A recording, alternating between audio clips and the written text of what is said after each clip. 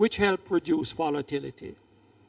Jamaica's external position remains strong, with gross international reserves amounting to approximately $6.5 billion at the 26th of May 2026, representing 138.5% of the level assessed to be adequate. The negative impact of the global political and economic climate on the country's external accounts is projected to be significant, with the current account balance expected to deteriorate over the near term. This deterioration will largely result from higher imported fuel prices and increased importation to facilitate the economy's post-hurricane infrastructure rebuild. The deterioration also reflects the adverse impact of Hurricane Melissa on the tourism industry.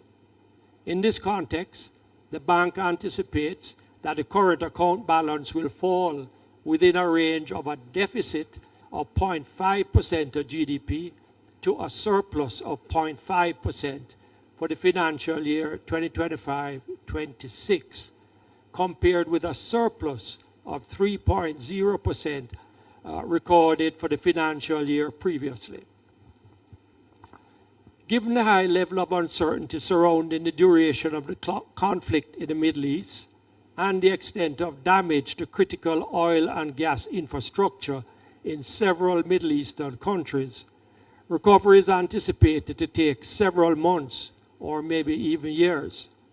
Against this background, over the June and September 2026 quarters, domestic inflation is forecast to trend upward from 4.3% at April 2026 and is projected to breach the upper limit of the bank's target range of 4 to 6%. This will be mainly driven by supply and cost pressures, including increased energy and transport-related inflation resulting from rising crude prices, and secondly, the second round or latter impact of higher energy-related inflation on the prices of other goods and services, coupled with higher spending related to the necessary post-hurricane reconstruction. The extent of the inflation range breach will be determined by the severity and duration of the conflict, which remains highly uncertain. As geopolitical tensions ease and global oil supplies return to normal levels, headline inflation in Jamaica is forecast to gradually moderate and return to the bank's target range. The risk to inflation forecasts are skewed towards inflation being higher than projected. The main upside risk is a more extended conflict in the Middle East, resulting in continued international commodity prices being high and their subsequent impact on domestic prices. In addition, adverse weather conditions, including the El Nino effect, could place upward pressure on agricultural prices. Higher than projected inflation expectations could also contribute to higher inflation. Further, higher inflation may arise from a stronger than anticipated impact of more domestic spending amid the post-hurricane recovery activities. On the downside, the impact of these factors on prices could be tempered by reduced demand because of energy costs taking up a larger share of consumers' disposable income. Finally, looking at developments in the real economy, with the expected gradual recovery of the economy for financial year 26-27 and further on 27-28, real GDP growth is forecast within a range of 1 to 3%. This follows an estimated contraction in a range of 1% to 2% for the financial year 25 to 26. Ladies and gentlemen, the recent geopolitical tensions have introduced significant uncertainty and challenges to the economic outlook. However, Bank of Jamaica remains committed to its primary mandate of maintaining price stability. Madam Chair, This concludes my final formal report. However, as this is my last report to the committee, I would like to seek your indulgence for a few brief moments of reflection on the challenges and stewardship of the bank over the past 7 years. Thank you, Madam. The period of my tenure as Bank of Jamaica Governor from August 2019 has been one of considerable exogenous turbulence. There has been a global pandemic. There's been supply chain disruptions that drove global inflation. We've had 2 major hurricanes, and we've had the wars in Ukraine and the Middle East. Through each of these tests, Bank of Jamaica held a steady course on our core mandates of price and financial system stability.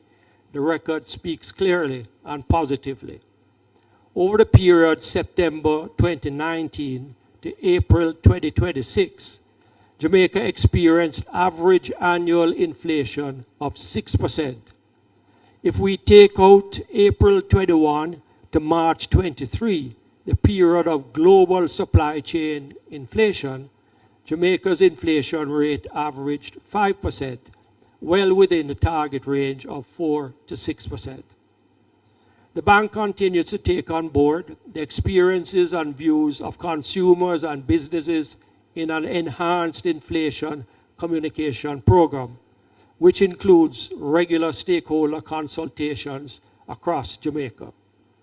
With regards to financial stability, despite profound international disruptions in recent years, we have had no bank failure in Jamaica. We do not take this fact for granted. Comparatively, the Federal Deposit Insurance Corporation of the United States reports that there have been 19 bank failures in the United States over the 7 years 2019 to 2026. Beyond our core mandates, we have made material advances on several fronts. The foreign exchange rate has remained relatively stable, depreciating at a moderate average of 2.9% per annum, broadly in line with the inflation differential with the United States, and thus preserving Jamaica's external competitiveness. Gross international reserves have risen from $3.6 billion in 2019 to $6.5 billion as at May 2026. Through the leadership of the Bank of Jamaica, in 2024, Jamaica was removed from the FATF Grey list of countries with deficiencies in anti-money laundering and counter-terrorist financing systems. The bank also contributed to the government of Jamaica's fiscal balance. Over the last 7 years, the bank declared and paid dividends exceeding Jamaican $50 billion to the Ministry of Finance. We also introduced modern polymer currency notes and have made considerable progress on the digital payments infrastructure, JAMDEX. And despite the slow response of the commercial banks, we are poised to further roll it out for a phone-to-phone transactions. At the same time, we are advanced in developing an electronic Know Your Customer framework, which will allow bank customers to move accounts between institutions with greater ease. The Twin Peaks supervisory architecture has been advanced and will soon be ready for cabinet consideration, laying the groundwork for the most comprehensive reform of the Jamaican financial system in recent times. This will include greater financial resilience for all financial institutions and the introduction across the financial sector of modern, comprehensive customer protection and market conduct standards for all entities. In recognition of some of these achievements, Bank of Jamaica received 2 Best Communication Initiative Awards from Central Banking, one of the most respected organizations in our field. BOJ also received the Best Central Bank Award and an A grade on the Central Banker Report Card from international publication Global Finance, a distinction that places Bank of Jamaica among the highest rated central banks globally. Madam Speaker, I wish to record my sincere gratitude to the members of the Board of Directors, whose hallmarks have been diligence and integrity in the governance of this institution, and to the members of the statutory committees, whose counsels have been invaluable to our monetary and supervisory work. I also thank the Deputy Governors and the staff of the Bank of Jamaica. It has been my privilege to serve alongside them. In the discharge of their duties, the men and women of BOJ have demonstrated professional excellence, and I believe this places them among the finest central bankers in the world. I also wish to acknowledge Dr. the Honorable Nigel Clark for the bold and consequential decision to establish an operationally independent Bank of Jamaica. That reform has served this country well, and its value will endure. It is to her credit that the current Minister of Finance of the Public Service, the Honorable Favour Williams, continues to place confidence in the efficacy of this operational and monetary policy independence. I would not leave this chamber, Madam Chair, without full candor. The weakness of the monetary transmission system remains a structural challenge. In a banking system as concentrated as ours, the pass-through of monetary policy signals to credit and lending rates is constrained. This will not resolve itself quickly, and it is a challenge the next governor will have to tackle. Madam Chair, it has been the honor of my professional life to lead this fine Jamaican institution for almost 7 years. I leave with deep gratitude for the opportunity and with full confidence that Bank of Jamaica is well positioned to continue serving our nation with distinction for generations to come. Thank you.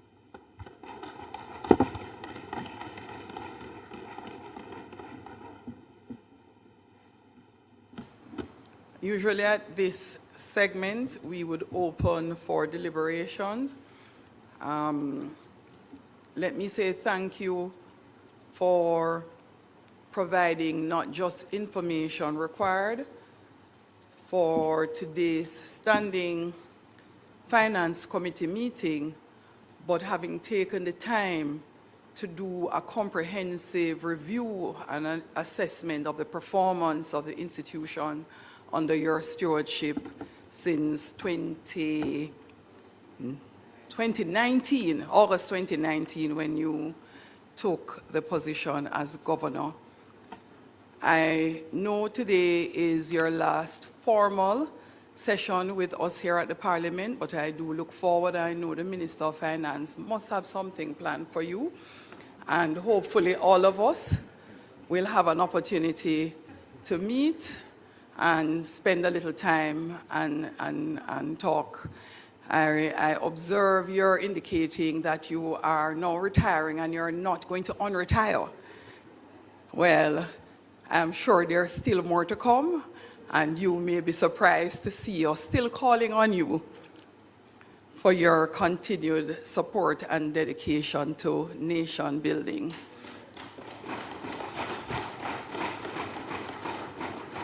So Member Bunting will lead off in the deliberations. Members, at about 1:09, your emails have been updated just once again, as we're having issues with the documents required for your perusal in respect of the review with the BOJ. So we sent again, just in case members do not have a copy. Member Bunting? Thank you, Madam Chairman. Representing the opposition spokesman on finance, as well as myself here today. And before I jump into the technical questions, I would just like to offer our thanks to the governor for his service. And I think he has set a good example for his successors, not just in terms of his technical competence, but in terms of the temperament that he has brought to the role which is appropriate for a central bank governor.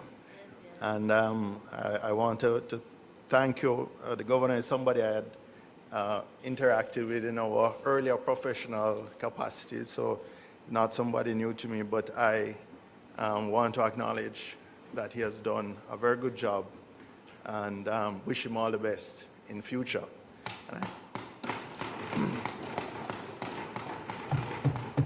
And I think he has particularly the combination of technical competence and temperament has given your search committee a good model to follow as they search for your successor.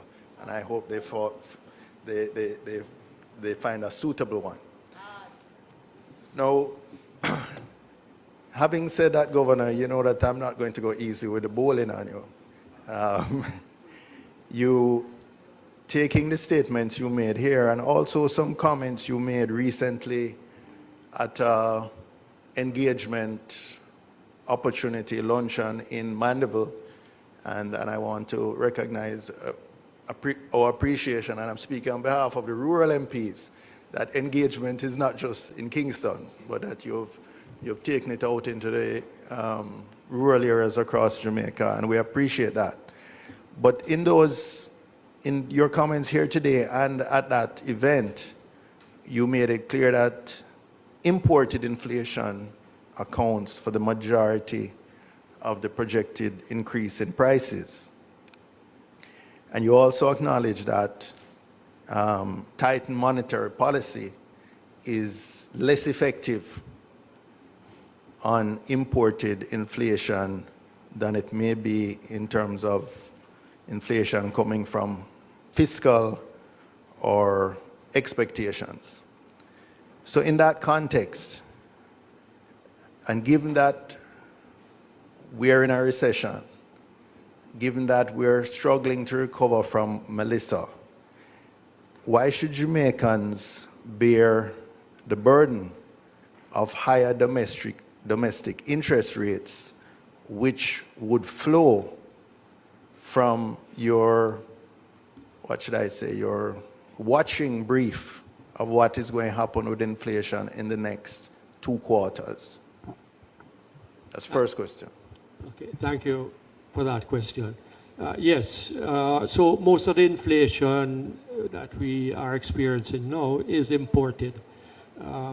And normally we would use the tools of interest rates, monetary policy to combat inflation generally.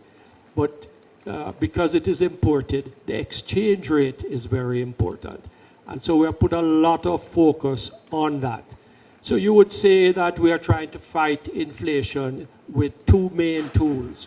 One is the exchange rate, keeping that fairly stable, preventing it from being volatile, because we all know that if that exchange rate gets out of hand, it would drive inflation considerably. But secondly, we have to watch out for second round effects of inflation. So imported crude price goes up, transportation prices go up too. The person taking the transport decides to up their prices, and the person who they are selling to decide to up their prices also. Those are the second and third round effects that we have to guard against. And so holding the policy rate is our kind of defensive measure against those second round effects. But primarily we are fighting this imported inflation with the exchange rate being as stable as we possibly can make it. You made a comment, I think you had said that one of your major disappointments is the lack of competition in the commercial banking sector and the implications that has for monetary transmission. Granted, you are on your way out, but what is it that the Bank of Jamaica is doing? As I'm assuming they're actively working on increasing competition within the banking sector. Can you say what the bank is doing in that regard?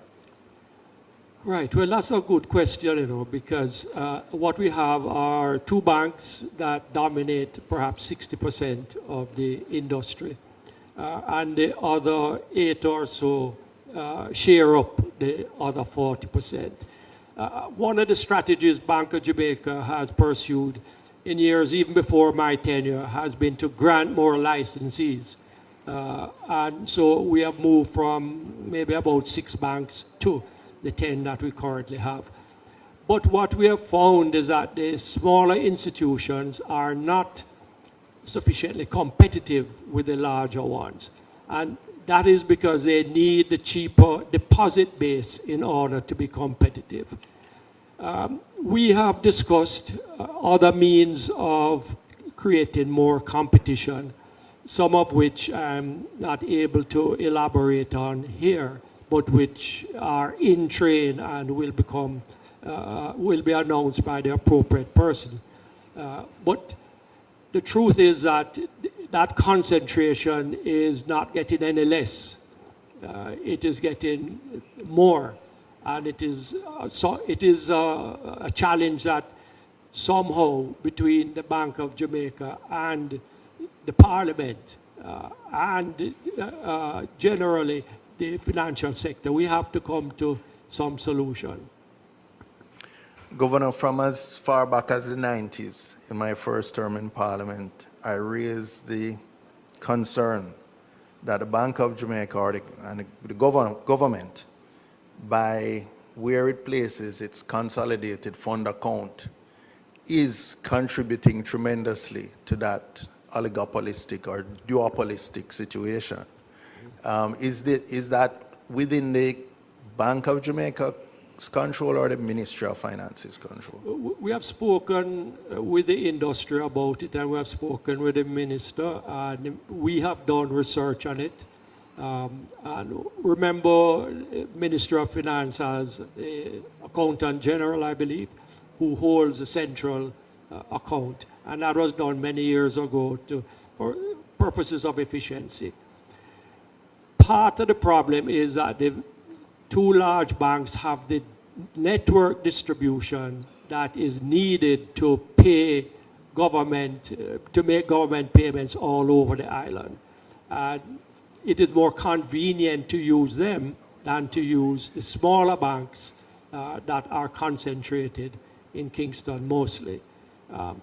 That's not to say that some government activity doesn't give support to the smaller banks, but I think that between the Accountant General being the major holding of the cash float of government in the Bank of Jamaica and the distribution of the network island-wide of the big banks, that initiative is not as effective as one might have thought at the beginning. Okay, and well, this is my final question in the first round, Chairman, if I'll allow others to go, but I will have a couple follow-ups. I am chairing the meeting today, and you will not have another chance for any other round. Oh, I won't. So, could you be so kind as to ask all your questions? Okay, well, I have a couple more then.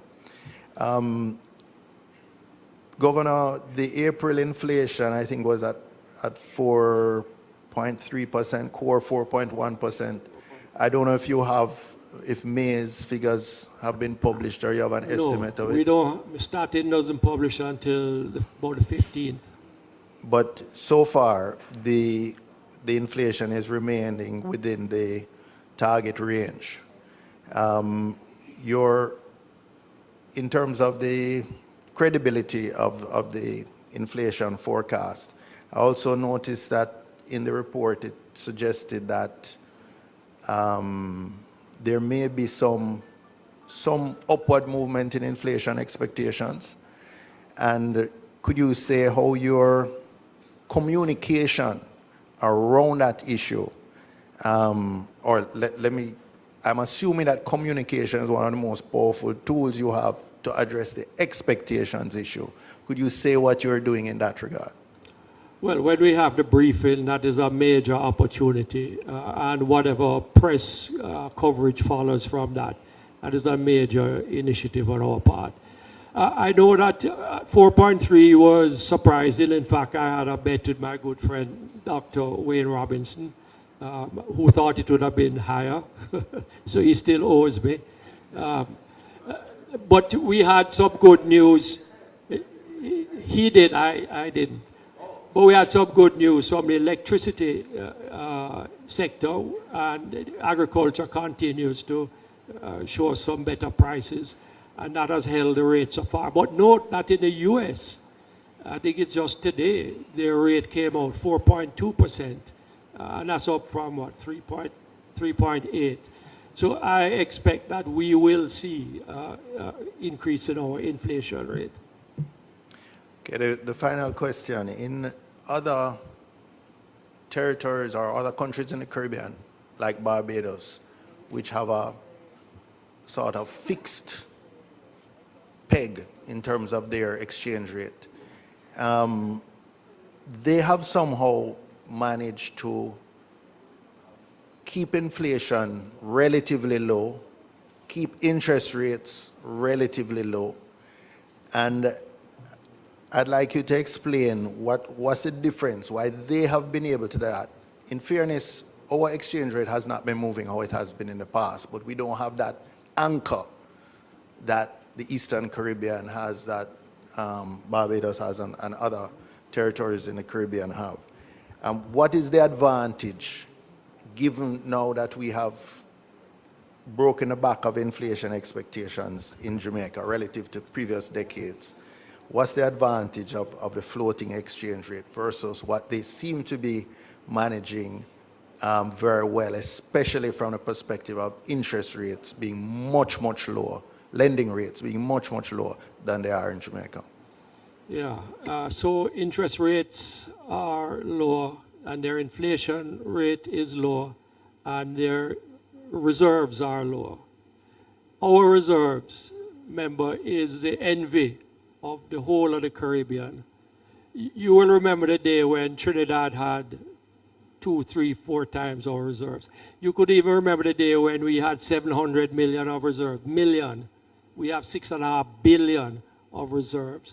But in addition to that, we have the confidence of the Jamaican public, because in the commercial banks, and this is just the commercial banks, not the non-banks, there is another 5, 6 billion of deposits, US dollar deposits sitting there. So what we have is a country that people have confidence that their foreign currency is safe, that they can get it when they want it, and that they are in a country where the reserves are strong and stable. I just had a meeting yesterday with someone representing a large institution that is about to put 500 million US dollars in Jamaica in one form or another. And what they say is, compared to the DOMREP, Trinidad and elsewhere, because they can access their dollars at any time, they feel comfortable in making that investment. So why they're bringing it here is because the company that they own here is doing so well that is the best use of their capital. Minister, I don't know if you know who I'm speaking of.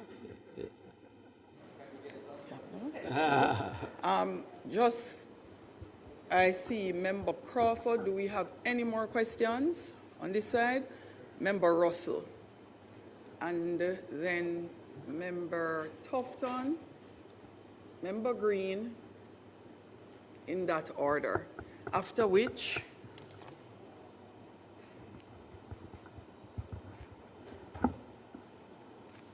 it will be over to Minister Williams, and then we wrap up and prepare for the House sitting. So, Member Crawford. Thank you, Chairman. And sir, I too thank you for your contribution and to your team for the work that they're doing. In the report, I saw that the projection for inflation over the next 2 years was expected to be likely outside of the the parameters, the 4 to 6%.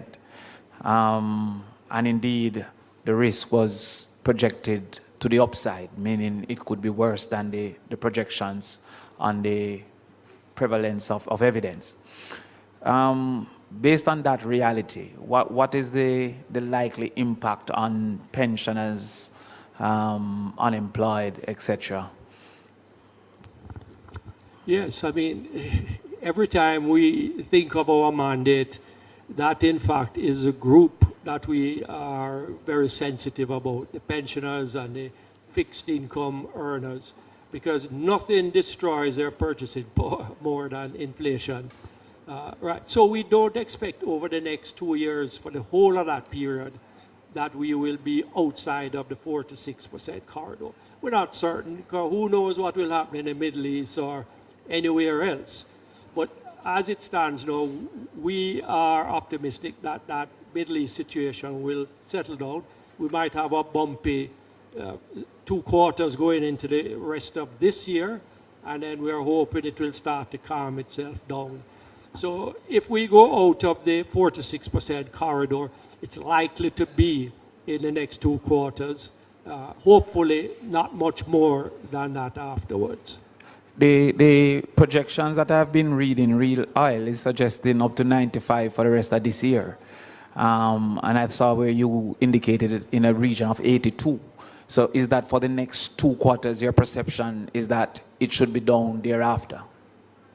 Yes, we are hoping that the Middle East situation will settle down within the course of this year, this calendar year. No, that doesn't mean oil will respond immediately. It may come down a bit, but not where it was before at $70, because there's infrastructure that's destroyed. And indeed, you know, it takes a ship something like about 11 weeks to get from the Middle East to a refinery for it to become fuel for us to get. So we have a bumpy period between now and December. We can only hope that it won't be much longer than that. Okay. Is there any recommendation of policy possibilities to reduce that second impact? That the second round impact, well, that's where interest rates should help. Because what we do is, by keeping interest rates at 5.5%, it dampens the appetite for people to borrow. And if people don't borrow as much, it means that demand is not stimulated as much. So, you know, we have a tough job of managing inflation, but not harming the economy. Yes. But our first task is to manage inflation. If we can do so and stimulate the economy, we're happy to do that. But the first responsibility is manage inflation, even if you have to keep interest rates fairly high for a period of time. Thank you. So when I saw that, it carried a question to my mind, because it was reported in this parliament that there is about $2.7 billion US dollars, approximately 400 billion, that's available in cheap credit to the private sector, coming from the multinationals. How would that render your 5.5% efficiency? I'm not sure what you're referring to. The Prime Minister reported of a 6.7 billion available from the multinationals. Oh, you mean for the recovery? Right, of which a portion was available to the private sector. I think 2.4 billion was available for private sector borrowing. I'm not sure about that availability. But generally speaking, all of those funds for reconstruction have the potential effect of pushing inflation up, because it increases demand. Yeah? A lot of that demand, however, is going to be imports. Yes. But nonetheless, cost of labor would rise, and the cost of any other domestically produced good that goes into the reconstruction, that is also going to be under pressure from the reconstruction effort. Right. So within that reconstruction effort, in your projections, did you have a percentage of the capital budget usage, or did you expect full usage, partial usage? Yes, we do have the capital budget being spent, and it does have a contribution to the inflation. when we project inflation, there are different factors Contributors, that yeah. contribute to it. And yes, the capital budget will contribute to the extent that it is executed more fully than we have in the past. Yes. And which is what we expect that it will be. Okay. Now, as it relates to food inflation, was there a projection? I didn't see a projection. I don't remember seeing a projection for food inflation in Yes. specific. Right. So imported grains in particular would be a component of that projection that we have made. Both in feed and in consumption, rice, etc. Right, in flour and all of that. And that is balanced by domestic agriculture prices, yeah. So was there a projection of food inflation as versus the average inflation? Was there a... Yes, food inflation is a component of projected inflation. I understand. I'm really asking if what is the projected rate for food inflation specifically over that same 8 Let me quarters? ask Wayne to answer that. So food inflation will account for the bulk of the movement in overall inflation. Of course, we're looking at a wide range in terms of the overall inflation outlook because of the uncertainty. But agricultural food inflation, whilst we've had good outturns so far, going into the summer season, that will begin to pick up. And of course, it also reflects the impact of higher energy costs on transportation and so on. That will begin to feed through to agricultural food inflation as well. But also processed foods as well, non-agricultural food as well. It's going to reflect the impact. And this is what we call the second round effect. And that typically, food inflation, food is a significant component of the basket. So that typically is a significant component. Okay. I don't want to give a specific figure because, I mean, we're just operating with a high degree of uncertainty. Yes. And a high margin of error. I understand. I was hoping that the projection, but we will consider that.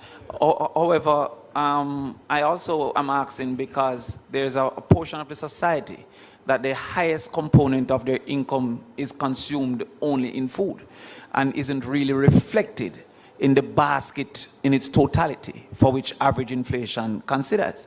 So I wonder as well if there is any study in the BOJ for the variation between quintile 1 and 2 inflation as versus average inflation. Is there any perception of what the quintile 1 in inflation reality is as versus average inflation as a reality? Well, I don't know if Statin does it because they're the ones who provide the inflation figures, not us.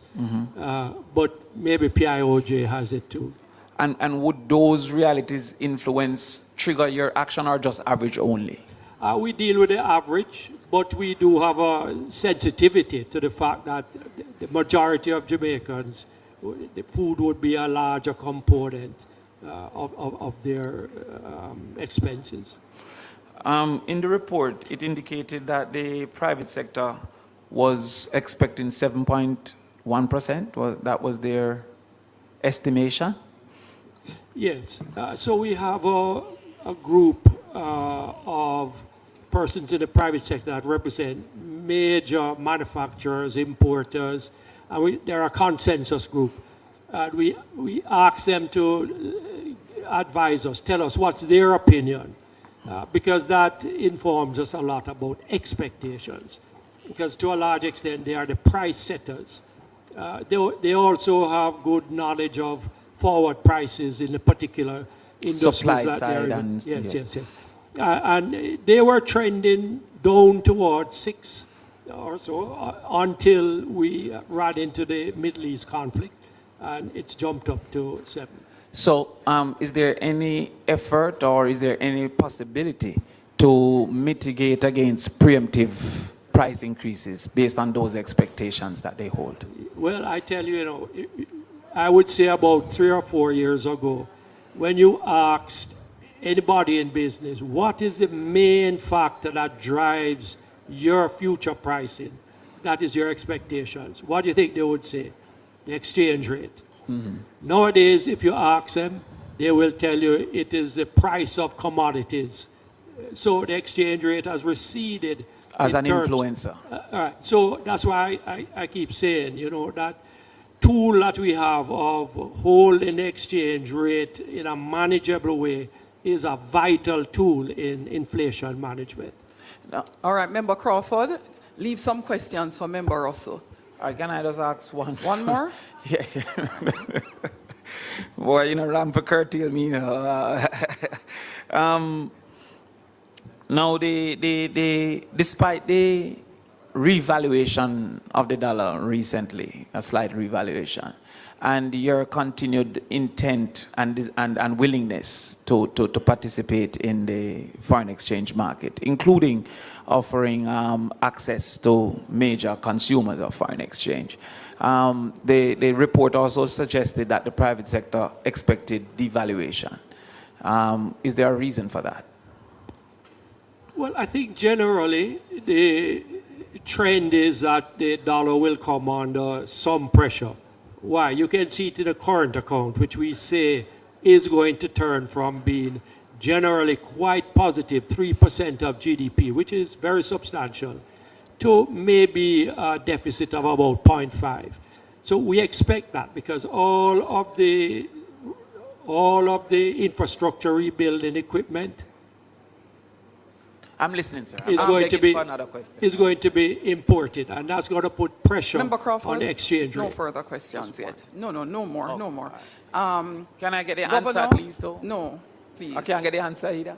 I manage the proceedings in the House. Governor, I am going to ask you and the team from the Bank of Jamaica to withdraw for a little. We are going to commence the sitting for 2 o'clock. That was the time named instead of a time and date to be fixed. And then what we will do is just come right back into standing finance so that we can wrap up. We'll suspend the sitting and come back into standing finance, and then Member Crawford can get to ask a couple more questions.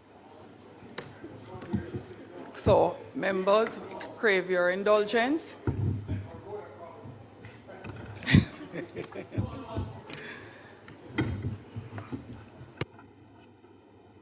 Marshall. Marshall, I don't know how easy it is, but yeah, I guess.